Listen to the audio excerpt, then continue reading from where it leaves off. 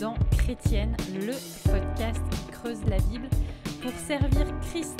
Je suis Aurélie Bricot et je suis ravie de vous accueillir en compagnie de ma fidèle co-animatrice Angie Velasquez Thornton pour ce grand et merveilleux beau jour de la fête de la musique. Alors Angie, comment est-ce que ça va en ce matin harmonieux, mélodieux, enchanté? Ça va très bien. Finalement, il commence à faire chaud ici. Il fait tellement beau que souvent, je sors ma chaise à l'extérieur dans ma cour devant et je sors mon ordi et je travaille dessus parce que je veux profiter du soleil. Et ce qui est drôle, c'est qu'à l'intérieur, il fait plus froid qu'à l'extérieur parce que mon mari aime le clim et il fait que ça soit un petit peu plus chaud et plus froid que ce que je mettrais, mais il aime ça tellement que c'est pas grave, je mets un petit pull et c'est bon. Et toi, comment vas-tu? Écoute, ça va bien parce que le 21 juin, c'est une journée un peu spéciale chez nous. C'est l'anniversaire de ma maman Hmm, et c'est aussi l'anniversaire de ma fille. super. Et c'est aussi la fête de la musique que j'affectionne particulièrement, comme tu le sais si bien. Donc voilà, c'est la journée où on allège un petit peu son portefeuille, tu vois, pour faire plaisir à... Et c'est aussi le jour le plus long, donc c'est génial. Voilà, on profite aussi du soleil jusqu'au bout de la journée. Alors, on voulait justement aborder aujourd'hui cette question de la musique et de la musique pour Dieu, la musique qu'on peut vivre à l'église, la musique qu'on peut vivre entre frères et sœurs. Et qu'est-ce que aussi dit la Bible au sujet de la musique? Alors déjà, je ne sais pas si tu sais, mais la musique, ça fait du bien au cerveau. Mhm. T'es musicienne, toi? J'aime chanter, j'ai toujours été dans les chorales, dans les églises, à l'école. J'ai joué la guitare, mais pas aussi musicienne que toi quand même. En fait, t'en sais rien. Tu dis ça par la foi, mais... Et en fait, la musique libère ce qui s'appelle la dopamine. Et c'est une hormone qui fait beaucoup du bien. Et c'est peut-être pour ça que la musique nous détend et qu'elle nous permet de, de nous relaxer. Parce qu'en fait, la dopamine, c'est quelque chose qui est activé dans le circuit de la motivation et de la récompense. Et donc, c'est quelque chose qui fait beaucoup du bien à notre corps. Donc, écoutez de la musique si vous avez envie d'aller mieux dans votre corps. Ça agit aussi sur l'endurance. Peut-être que vous vous demandez, ou peut-être que vous vous êtes jamais demandé pourquoi vous écoutez de la musique quand vous êtes à la salle de sport, ou pourquoi il y a de la musique à fond dans les salles de sport. Et bien, c'est parce que ça agit aussi sur notre corps et ça nous permet de tenir un peu plus la cadence. Donc si vous ramez comme des fous à la salle de sport, mettez de la musique, vous allez voir, vous allez tenir peut-être 5 minutes de plus. Et rien que ça, c'est vachement encourageant. Ce qui est drôle, c'est que quand je fais le sport, j'écoute les podcasts. Ah ouais, mais Mais c'est j'aimerais pareil. bien avoir une application qui me permet d'écouter le podcast avec la musique en arrière. Non mais à un moment donné, le cerveau, il peut pas se concentrer sur 10 000 trucs en même temps. Hein. C'est vrai. Faudrait demander à Guillaume et Pascal de mettre de la musique de fond sur leur podcast peut-être. C'est vrai. La musique, c'est aussi un excellent moyen de relaxation. Je sais pas si tu l'as déjà expérimenté, mais par exemple, si le soir on a du mal à s'endormir, eh ben des fois on met un petit peu de musique pour les Mm, enfants. Moi, j'ai souvent fait ça le soir avec mes enfants, on chantait de la musique, mm, des petits chants, c'est sympa. J'ai même appris il y a pas longtemps que les médecins, les chirurgiens en tout cas, utilisent même la musique lors d'opérations et notamment d'opérations sous anesthésie locale, donc où les patients sont éveillés. Et mm. tu peux même choisir, si tu t'entends super bien avec ton chirurgien, tu peux même choisir la musique que tu vas écouter. Et j'ai une amie qui a été opérée du sein et qui a pu choisir la musique qu'elle voulait écouter pendant l'opération. Et c'était apparemment, du coup, il y avait de la musique de louange qui chantait dans la salle d'opération. Wow, c'est cool. Voilà, donc ça, c'est chouette. Et puis après, il y a plein d'autres bienfaits. La musique améliore l'humeur, facilite l'expression d'émotions positives, elle aide à la créativité, elle agit sur le développement des moyens cognitifs comme l'attention et la mémoire. Et parfois, pour travailler, moi, ça m'aide aussi, des fois, quand je suis toute seule et que j'ai besoin d'un petit peu de compagnie, je me mets juste un fond de musique classique. Ouais, je suis un peu classicos dans voilà, ma formation. Et ça aide vraiment à se concentrer. Bref, voilà, j'ai fait mon petit résumé de ce que la musique fait du bien. Voilà. C'est intéressant. J'ai prêché pour ma paroisse. Alors, après, dans la Bible, le mot musique est souvent traduit par shir. Bon, après, voilà. Je le mentionne parce que si vous ne connaissez pas ce site internet, que vous êtes musicien et que vous cherchez des partitions diverses et variées de multiples chants, allez sur ce site qui s'appelle shir et vous pouvez même télécharger directement sur votre tablette, sur votre ordi, tout ce que vous voulez, plein de partitions avec les paroles, les accords, tout ce qui va bien, c'est super. Et ce mot contient, en tout cas dans l'Ancien Testament, 87 occurrences. Donc la musique est quelque chose qui est mentionné dans la parole. On a même la conviction, je pense, en tant que musicien, que la musique est quelque chose que Dieu a créé, que Dieu a créé pour notre bien. Il y a plusieurs choses que j'ai remarquées dans mon exploration de la Bible à ce sujet. C'est que la musique nous a été donnée comme moyen d'expression. On voit par exemple en Exode 15 un premier chant de délivrance que je vous lis.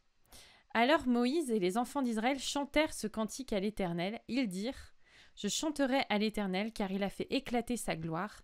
Il a précipité dans la mer le cheval et son cavalier. L'Éternel est ma force et le sujet de mes louanges, c'est lui qui m'a sauvé. Il est mon Dieu. Je le célébrerai. Il est le Dieu de mon Père. Je l'exalterai. L'Éternel est un vaillant guerrier. L'Éternel est son nom. Il a lancé dans la mer les chars de Pharaon et son armée. Ses combattants d'élite ont été engloutis dans la mer Rouge. Les flots les ont couverts. Ils sont descendus du fond des eaux comme une pierre. J'aime tellement ce récit et comment, à la fin de ce récit, nous voyons comment Myriam a dirigé les femmes dans une réponse. J'ai l'impression que c'était comme, OK, les hommes chantent, les femmes répondent. Et c'était comme une façon de faire la chorale. Et elle était comme la prophétesse, elle est appelée prophétesse dans l'Ancien Testament. Elle est comme la leader, non seulement spirituelle, mais aussi musicalement parlant. Elle animait la louange parmi les femmes. C'est vrai, ouais, merci de souligner ça. Et c'est vrai que dans la Bible, il y a plein d'exemples de chants et on a déjà abordé pas mal de précisions, notamment dans notre introduction sur le livre des psaumes, qui est un recueil de chants à lui tout seul. Donc si vous voulez avoir un petit peu plus de détails sur les différents types de psaumes, de chants, qui sont contenus dans les Écritures, allez écouter ce podcast. On pourrait faire une liste très exhaustive, mais la musique, chez le chrétien, a aussi une autre vocation, c'est qu'elle nourrit son espérance. Et on a notamment des chants, dont celui qui est mentionné dans l'Apocalypse, qui nous permet souvent de nous transporter dans cette réalité qui nous attend bientôt, notamment en Apocalypse 5, où il est écrit « Et il chantait un cantique nouveau, en disant « Tu es digne de prendre le livre et d'en ouvrir les sceaux, car tu as été immolé et tu as racheté pour Dieu, par ton sang, des hommes de toute tribu, de toute langue, de tout peuple et de toute nation. Tu as fait d'eux un royaume et des sacrificateurs pour notre Dieu, et ils régneront sur la terre. Je regardais, et j'entendis la voix de beaucoup d'anges autour du trône et des êtres vivants et des vieillards, et leur nombre étaient des myriades de myriades et des milliers de milliers. Et il disait d'une voix forte, l'agneau qui a été immolé est digne de recevoir la puissance, la richesse, la gloire, la sagesse, la force, l'honneur et la louange. Amen. Fin de lecture. La musique exprime finalement souvent le déjà et le pas encore.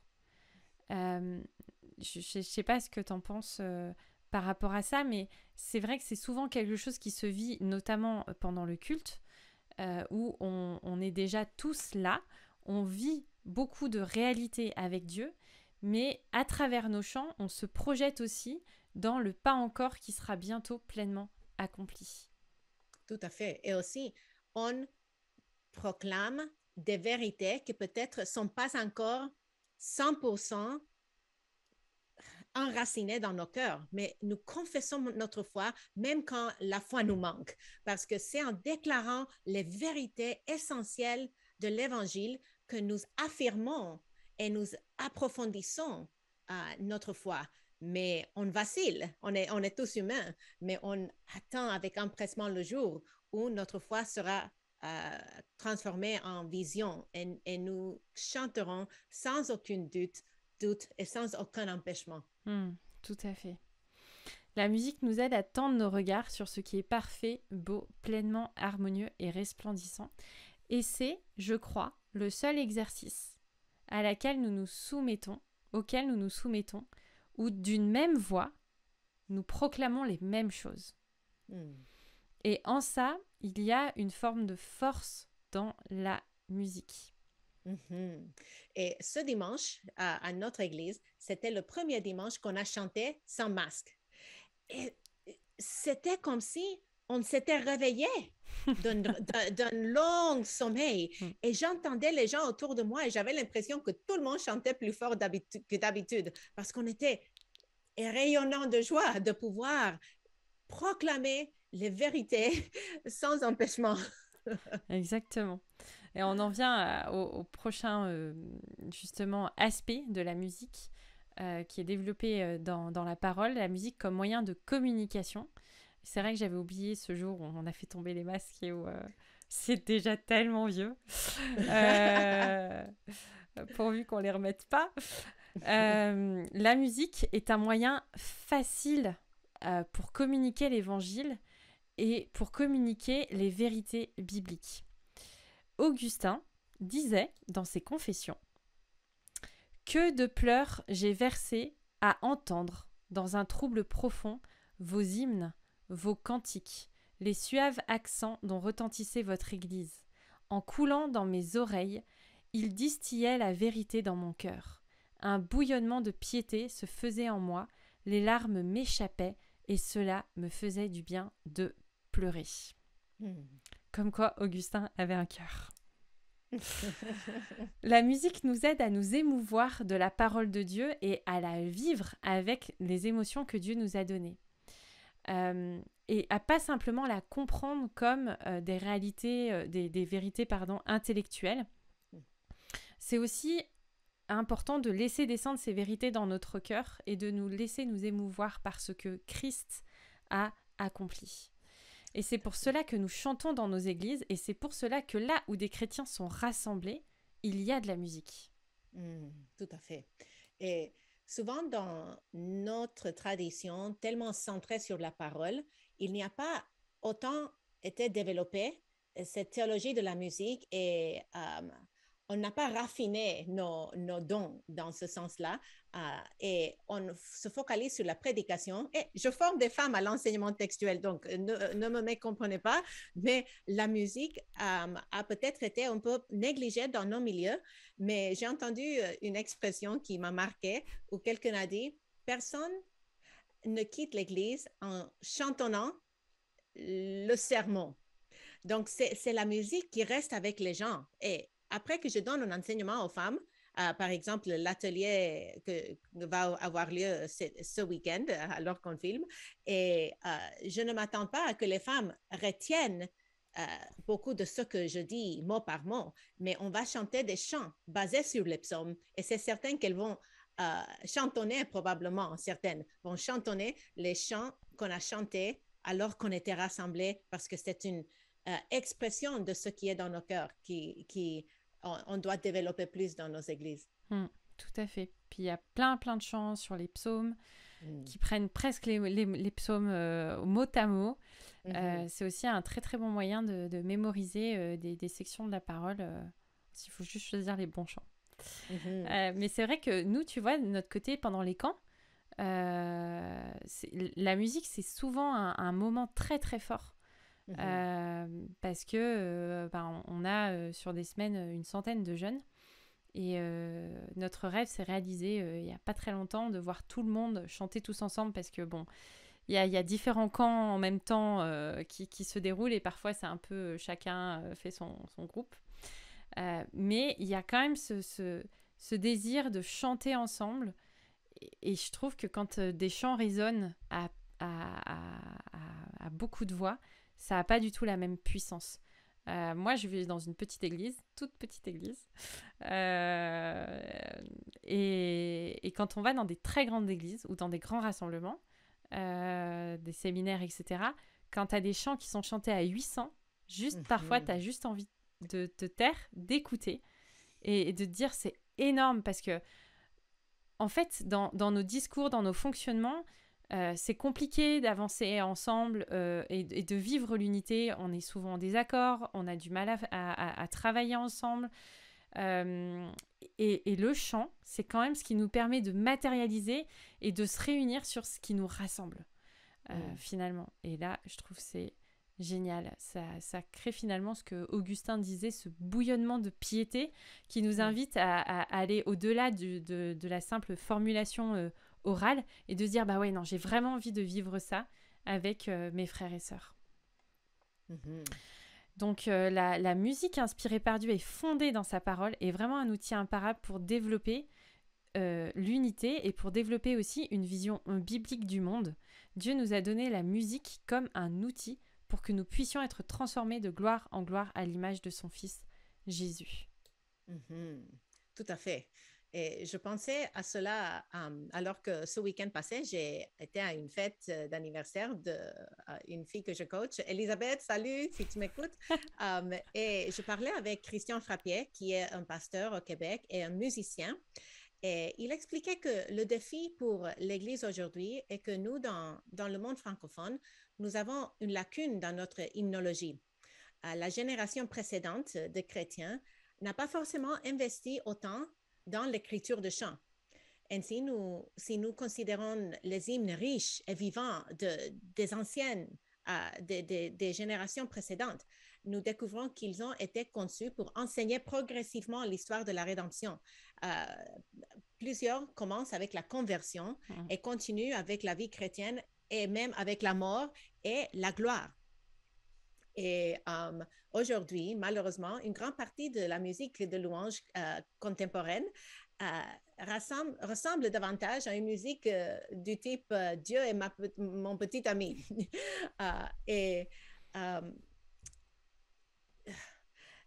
combien Dieu me connaît, c'est plutôt le Mm. focus. Combien Dieu m'aime, me pardonne, me considère. Et c'est pas forcément faux ce que ces chants disent, mais si on faisait un sondage des chants récents qui ont été les plus populaires, on verrait que c'est disproportionné ce focus sur le soi. Mm. Et je pense que si on ne connaît pas ce Dieu qui me connaît, on n'a rien à se réjouir Mm. dans le fait d'être connu par lui. C'est en ôtant nos visions, en faisant que notre vision monte vers lui, que nous allons trouver une joie et une paix intérieure qui après nous permettra de nous réjouir du fait qu'il nous pardonne. Mm. Parce qu'il est un Dieu merveilleux, souverain, insondable. Mais on a perdu un petit peu cette vision de focus sur la gloire et l'excellence de ses attributs. Mm.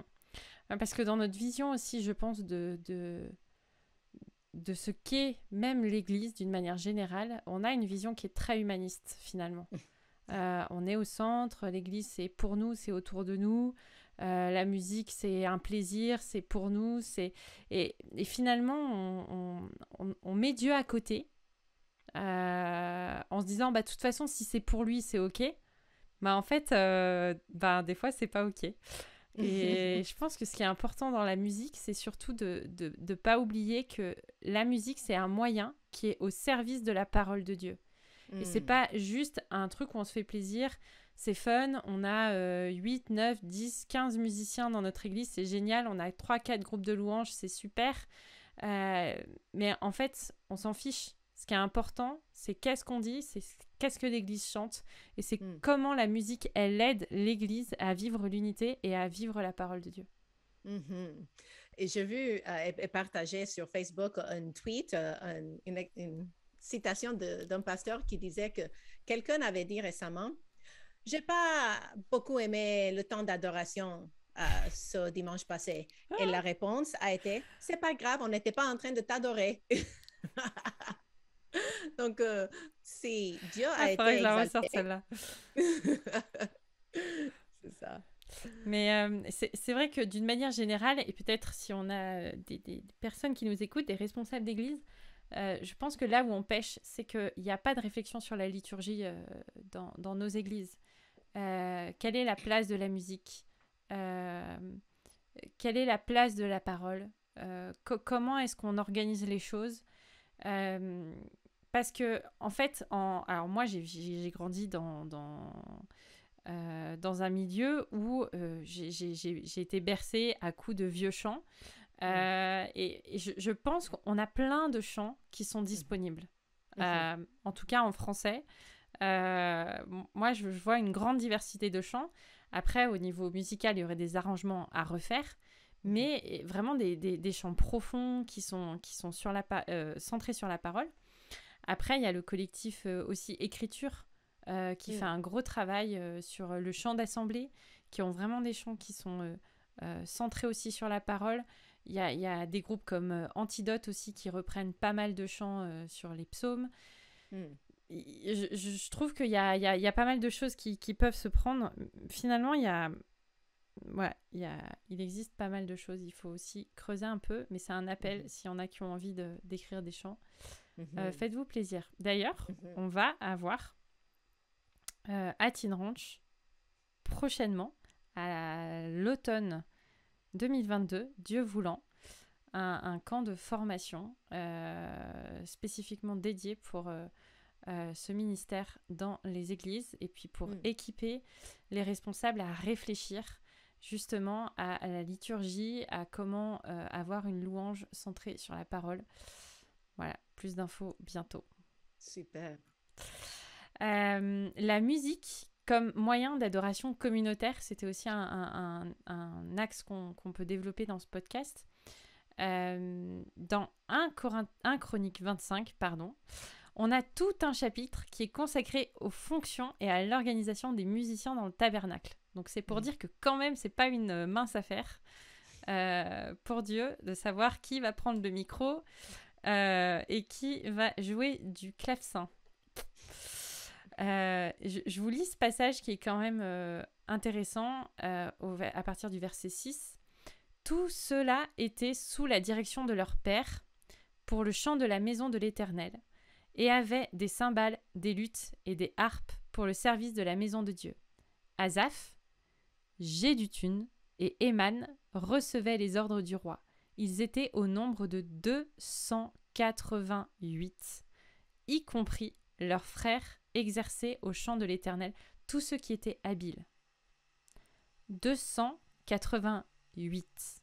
T'as vu la précision du chiffre quand même, hein? Et la quantité. Et la quantité. On est vraiment des petits joueurs. On se rappelle aussi que Jésus, dans le Nouveau Testament, il y a plusieurs passages où il est mention de la musique qui était vécue par les frères et sœurs, mais Jésus chantait avec ses disciples. Paul et Silas ont chanté en prison. Et Paul exhorte les églises à chanter dans plusieurs de ses épîtres, et notamment dans Éphésiens 5, 19, où il dit « Entretenez-vous par des psaumes, par des hymnes, par des cantiques spirituels, chantant et célébrant de tout votre cœur les louanges du Seigneur. » La musique fait partie du plan de Dieu pour son Église et il se plaît à nous voir l'adorer. Mais la musique, ça fait pas tout, ça fait partie d'un tout. Et au même titre que c'est triste les églises où ça chante pas, au même titre, c'est triste les églises où ça ne fait que chanter. Mhm. On peut aussi être appauvri par quelque chose qui est utilisé à mauvais escient. Mhm. Mais en attendant, parce que c'est la fête de la musique, rappelons-nous qu'il n'y a pas d'outil plus puissant pour connaître, proclamer et vivre les vérités bibliques. Il y a 3 choses que j'ai identifiées, tu me corrigeras. Il me semble que la musique vécue en église nous unit dans une même pensée, nous unit dans une même parole, nous unit dans une même direction. Et c'est un moyen à notre disposition pour nous encourager, nous entraider, nous relever, nous fortifier. Et moi, j'ai un rêve. Bah après, voilà, c'est pas grave. Il ira pas plus loin que ce podcast peut-être, mais on a expérimenté à différentes reprises un chant d'envoi en fin de culte à l'église. Mhm. Et j'aimerais beaucoup qu'on continue de creuser cette question-là. Parce que c'est quand même un moyen de se quitter, de rester sur un chant qui, pour le coup, va rester dans ta tête. Peut-être pendant juste quelques heures ou que le lendemain, tu vas te rappeler de fredonner ça, mais qui permet de rester sur une idée à retenir. S'il y avait une chose à retenir de tout ce message qui a été dit, c'est là-dedans.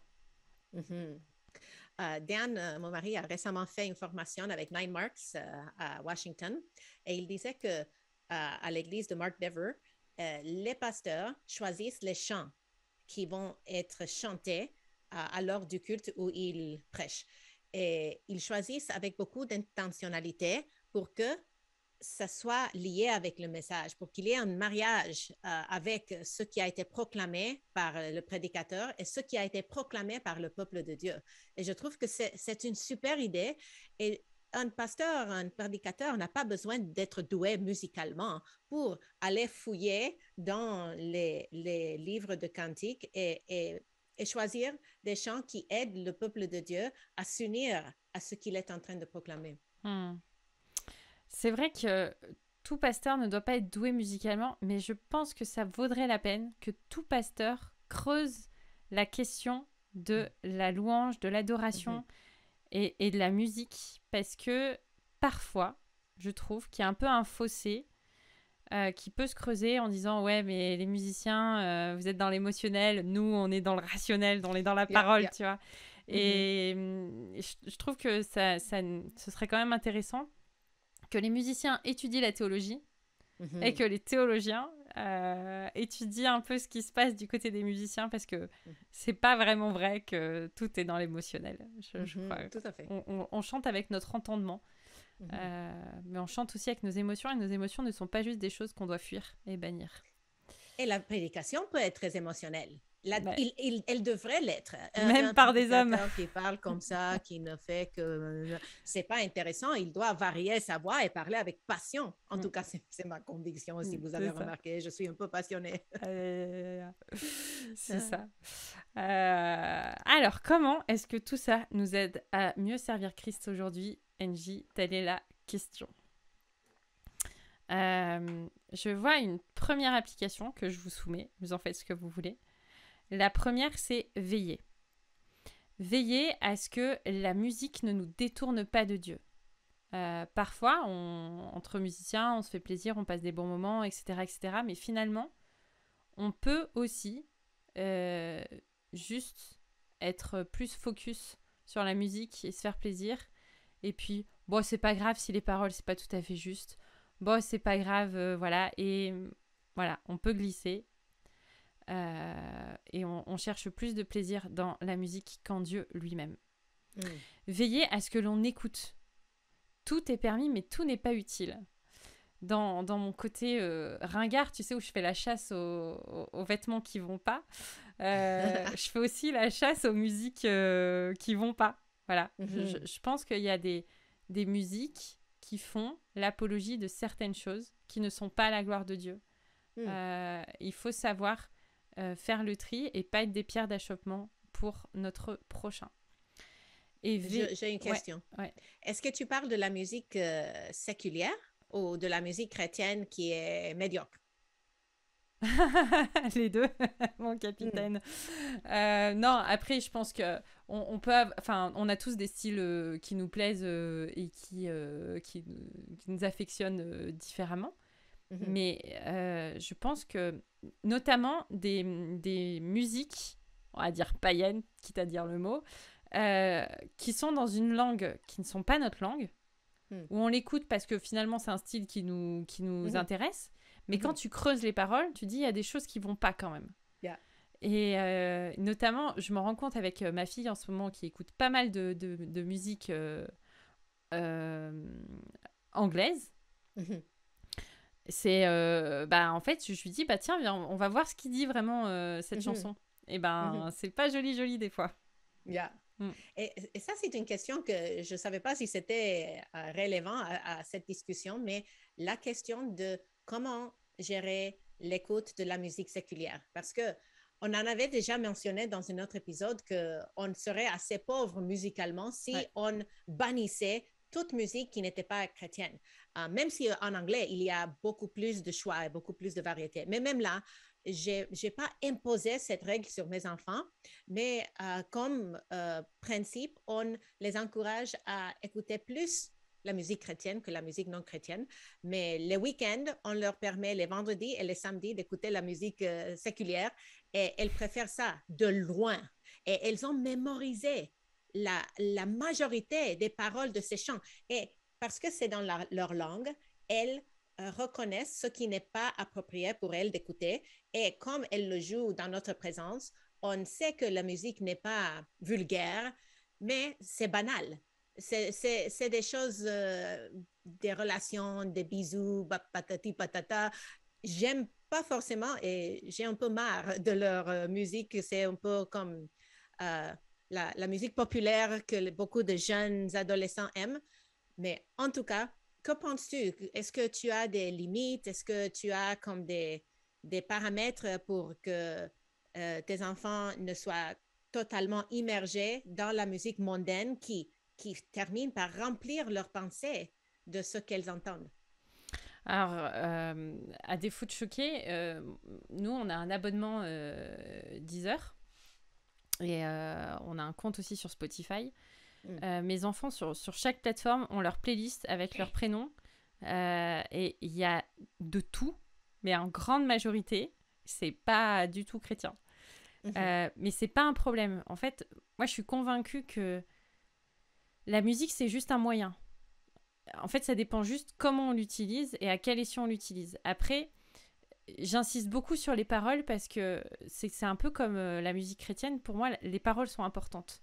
Mhm. Parce que c'est des choses qui, justement, vont rentrer dans la tête des enfants. C'est un âge aussi où ils mémorisent facilement des choses. Mhm. Et enfin, je fais quand même le distinguo entre un chant qui dit j'adore Satan et tous ses amis ou j'aime bien ce gars, il est sympa quoi. Mhm. Je fais la distinction parce que Mhm. on peut utiliser la musique pour d'autres choses que pour des infidélités à Dieu qui sont clairement avérées quoi. Mhm. Donc moi, il y a un cadre, mais après, j'aime beaucoup la musique, donc j'écoute la musique avec mes enfants et j'écoute de la musique païenne avec mes enfants même. Moi aussi. On la chante à tue-tête dans la voiture. En fait, à Mhm. chaque fois qu'on fait un trajet en voiture avec les enfants, c'est moi qui les emmène en voiture à l'école. On a de la musique à fond dans la bagnole. Mhm. Des fois, on doit passer pour des barjots. Mais voilà, ça fait partie aussi du vivre ensemble. Et, Mhm.